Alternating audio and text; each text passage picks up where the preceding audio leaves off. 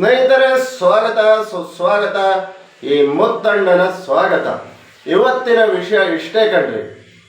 ನಮ್ಮ HD Revanna, HD ದೇವೇಗೌಡರು ಅಂದರೆ ಹದ್ದನಹಳ್ಳಿಯ ದೊಡ್ಡೇಗೌಡರು ಮಗ ದೇವೇಗೌಡರು. ಅವ್ರ ಮಗ ಕುಮಾರಸ್ವಾಮಿ, ಅವ್ರ ಮಗ ರೇವಣ್ಣನವರು ಅಂದರೆ ನಮ್ಮ ಹಾಸನ ಜಿಲ್ಲೆಗೆ ತುಂಬ ವಿಶೇಷವಾದವರು. ವಿಧಾನಸೌಧದಲ್ಲಿ ಒಂದು ಮಾತಿದೆ, ರೇವಣ್ಣನವರು ಯಾವುದೇ ಒಂದು ಯೋಜನೆ ಬರಲಿ ನಮ್ಮ ಹಾಸನಕ್ಕಿರಲಿ, ಯಾವುದೇ ಒಂದು ಕಾಲೇಜ್ ಬರಲಿ ನಮ್ಮ ಹಾಸನಕ್ಕಿರಲಿ, ಯಾವುದೇ ಒಂದು ರೋಡ್ ಬರಲಿ ನಮ್ಮ ಹಾಸನಕ್ಕೂ ಒಂದಿರಲಿ, ಯಾವುದೋ ಒಂದು ಹಾಸ್ಪಿಟ್ಲ್ ಬರಲಿ ನಮ್ಮ ಹಾಸನಕ್ಕೂ ಇರಲಿ ಅನ್ನೋ ಒಂದು ವ್ಯಕ್ತಿತ್ವ. ಆದರೆ ಕೆಲವು ದಿನಗಳ ಹಿಂದೆ ಲೋಕಸಭಾ ಚುನಾವಣೆಯಲ್ಲಿ ನಮ್ಮ ಈ ಪ್ರಜ್ವಲ್ ರೇವಣ್ಣ ಮಾಡಿದ ಅಧೋಗತಿಗೆ ಇಡೀ ಮನೆ ಕಟ್ಟಕ್ಕೆ ಎಷ್ಟು ಕಷ್ಟಪಡ್ತಾರೆ ನೋಡಿ. ಪಾಯ ತೆಗೆದು ಫೌಂಡೇಶನ್ ಕಟ್ಟಿ, ಇಟ್ಕೆಗಳನ್ನ ಕಟ್ಟಿ, ಮಗದೊಂದು ಮಾಡಿ ತುಂಬ ಕಷ್ಟಪಡ್ತಾರೆ. ತುಂಬ ಅಂದರೆ ಅವರು ಇಡೀ ಜೀವಮಾನದ ಶ್ರಮ ದುಡ್ಡು ಎಲ್ಲ ಹಾಕಿರ್ತಾರೆ. ಅದನ್ನು ಕೆಡವೋಕ್ಕೆ JCB ತಂದರೆ 2 ನಿಮಿಷ ಕೆಲಸ, ಬಡಿ ಮಕ್ಕಳು ಕೆಡವು ನಡೀತಾ ಇರ್ತಾರೆ. ಆ ಥರ ಆಯಿತು ಕಂಗ್ಲಿ ಪ್ರಜ್ವಲ್ ರೇವಣ್ಣನ ಕತೆ. ಕಂಗ್ಲಿ ಅಂದರೂ ತಪ್ಪಿಲ್ಲ ಸ್ನೇಹಿತರೆ, ಇಂಥವ್ರಿಗೆ ಅನ್ನಲೇಬೇಕು. ಕಷ್ಟಪಟ್ಟು ಹೊಟ್ಟೆ ಬಟ್ಟೆ ಕಟ್ಟು ಜೈಲಿಗೆ ಹೋಗಿ ನಮ್ಮ ದೇವೇಗೌಡರು ಹೆಸರು ಮಾಡಿದ್ದು. ಯಾವುದೇ ಒಂದು ಆರೋಪ ಇಲ್ಲ, ಲಂಚದ್ದು ಮಗದೊಂದು ಇಲ್ಲ ಅಂಥ ದೇವೇಗೌಡರು ಕುಡಿಯಲ್ಲಿ ಹುಟ್ಟಿದವರಂಥವ್ರು ರೇವಣ್ಣನವರು. ಯಾಕೆ ಹೇಳ್ತಾ ಇದ್ದೀನಿ ಅಂದರೆ, ನಾವು ಯಾವುದೇ ಪಕ್ಷ ಆಗಲಿ, JDS ಪಕ್ಷ, ಕಾಂಗ್ರೆಸ್ ಪಕ್ಷ, ಮತ್ತೊಂದು ಪಕ್ಷ ಅಂತಲ್ಲ, ಯಾರೇ ಒಳ್ಳೆ ಕೆಲಸ ಮಾಡಿದ್ರು ಒಳ್ಳೆಯದು ಅಂತ ಹೇಳ್ತೀವಿ ಸ್ನೇಹಿತರೆ. ಯಾರೇ ಕೆಟ್ಟದ್ದು ಮಾಡಿದ್ರು ಕೆಟ್ಟದು ಅಂತಲೇ ನಾವು ಸೀದಾ ಹೇಳೋದು. ಅದರಲ್ಲಿ ಯಾವ ಮುಲಾಜಿಲ್ಲ, ಹೆದರಿಕೆನೇ ಇಲ್ಲ ಸ್ನೇಹಿತರೆ. ನಿಮ್ಮ ಆಶೀರ್ವಾದ ಇರೋ ತನಕ ಯಾವುದಕ್ಕೂ ಹೆದರೋ ಸಂಗತಿನೇ ಇಲ್ಲ. ನಾನು ದೇವಸ್ಥಾನದ ವಿಡಿಯೋಗಳನ್ನ ಮಾಡ್ತೀನಿ, ಈ ಥರ ನ್ಯೂಸ್ ವಿಡಿಯೋಗಳನ್ನ ಮಾಡ್ತೀನಿ, ಜನಗಳಿಗೆ ತಲುಪಿಸ್ಬೇಕು ಅಷ್ಟೇ. ಇಳಿದಾಗಿದೆ, ಬಂದಾಗಿದೆ, ಮಧ್ಯೆ ನಿಂತಿದ್ದೀವಿ, ಸುತ್ತ ನೀರು, ಹೆದರಬಾರ್ದು. ಒಂದಲ್ಲ ಒಂದಿನ ಭಗವಂತ ನಮ್ಮನ್ನು ಕರ್ಕೊಂತಾನೆ. ಹಾಗಾಗಿ ಈ ವಿಷಯ ನಿಮಗೆ ಮುಂದಕ್ಕೆ ಏನು ಹೇಳ್ತೀವಿ, ರೇವಣ್ಣನವರು ಅಭಿವೃದ್ಧಿ ಕಣ್ರಿ.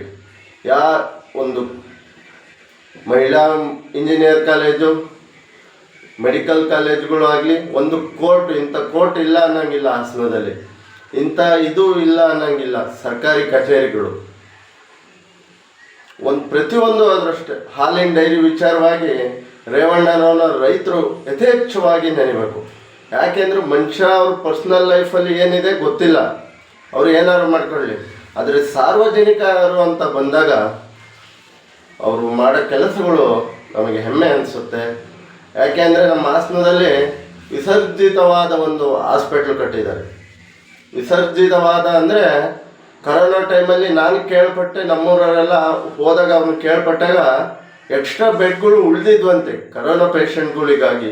ಮತ್ತು ಬೇರೆ ಕಡೆಯಿಂದ ಇಲ್ಲಿಗೆ ಕರೋನಾ ಪೇಷಂಟ್ಗಳು ಬರ್ತಿದ್ರಂತೆ. ಎಂಥ ಒಂದು ನಮಗೆ ಒಳ್ಳೆಯ ಸಂಗತಿ ರೀ. ಅವರ ಮಿಸ್ಸಸ್ದೊಂದು ಗಲಾಟೆಗಳು ಅವು ಬಿಡಿ, ನಾವು ಅವ್ರು ಒಳ್ಳೆ ಕೆಲಸ ಮಾಡಿರೋದನ್ನು ಹೇಳೋಣ. ಅಭಿವೃದ್ಧಿ ಕೆಲಸಗಳು ಮಾಡಿದ್ದಾರೆ.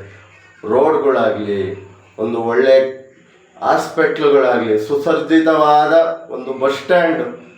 ನಮ್ಮ ಹಾಸನದ ಬಸ್ ಸ್ಟ್ಯಾಂಡ್ ಅಂದರೆ ಏರ್ಪೋರ್ಟ್ ಇದ್ದಂಗೆ ಇದೆ ಅಂತ ಹೇಳ್ತಾರೆ. ನಾವು ಇಂಥ ವ್ಯಕ್ತಿಗಳು ಇಂಥ ಒಳ್ಳೆ ಕೆಲಸನ ಮಾಡಿರ್ತಾರೆ, ಅದನ್ನು ಹೇಳಬೇಕು. ಇವತ್ತಿನ ವಿಷಯ ಡೈರಿ 143 ಎಕರೆ ಸಮಥಿಂಗ್ ಇದೆ ಸ್ನೇಹಿತರೆ, ಸ್ವಲ್ಪ ಆಸ್ಪಾಸ್ ಇರ್ಬೋದು. ಅದು 830 ಕೋಟಿ ವೆಚ್ಚದಲ್ಲಿ ಅದನ್ನು ಫಾರಮ್ ಅಭಿವೃದ್ಧಿ ಮಾಡಿ 1 ಲಕ್ಷ ಚಿಲ್ಲರೆ ಸಮಥಿಂಗ್ ಇದೆ. ಅದನ್ನು ಜನಗಳು ಅವರಿಗೆ ಅಷ್ಟು ಉದ್ಯೋಗ ಕೊಟ್ಟು ಮೇ 15 ನಂತರ ಮೋದಿಯವ್ರನ್ನ ಕರೆಸ್ತೀವಿ ಅಂತ ಹೇಳ್ತಾ ಇದ್ದಾರೆ. ಬರ್ಬೋದು ಮೋದಿಯವರು ಉದ್ಘಾಟನೆ ಮಾಡೋಕ್ಕೆ. ತುಂಬ ಸಂತೋಷ. ಅಂಥ ನಾಯಕರು ನಮ್ಮ ಜಿಲ್ಲೆಗೆ ಬರೋದು ಸಂತೋಷ, ನಮಗೆ ತುಂಬ ಖುಷಿ ವಿಚಾರ. ಯಾಕೆಂದರೆ ರೇವಣ್ಣರ ಬಗ್ಗೆ ಇದು ಹೇಳಲೇಬೇಕು. ಪಾಪಿ ಪ್ರಜ್ವಲ್ ಮಾಡಿದ ಈ ಕಾಮಚೇಷ್ಟೆಯಿಂದ ಪಾಪ ರೇವಣ್ಣನವ್ರಿಗೆ ಕೆಟ್ಟ ಹೆಸರು ಬರಂಗಾಯಿತು.